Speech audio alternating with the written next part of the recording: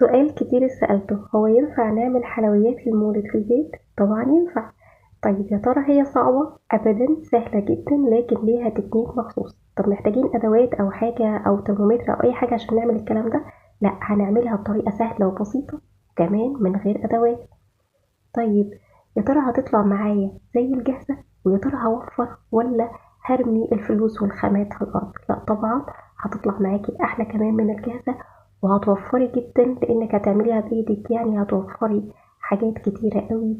كمان هتطلع معاكي تحفة جدا. شايفين بقى اللذيذة البيضة؟ ده أول صنف في حلويات المولد هنعمله بمنتهى البساطة. ولو لسه مبتدئة اعمليه، سهل جدا وبسيط، وكل يوم هنزل لكم فيديو جديد.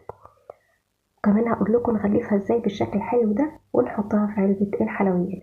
لكن قبل ما تعملي لايك واشتراك في القناة، لازم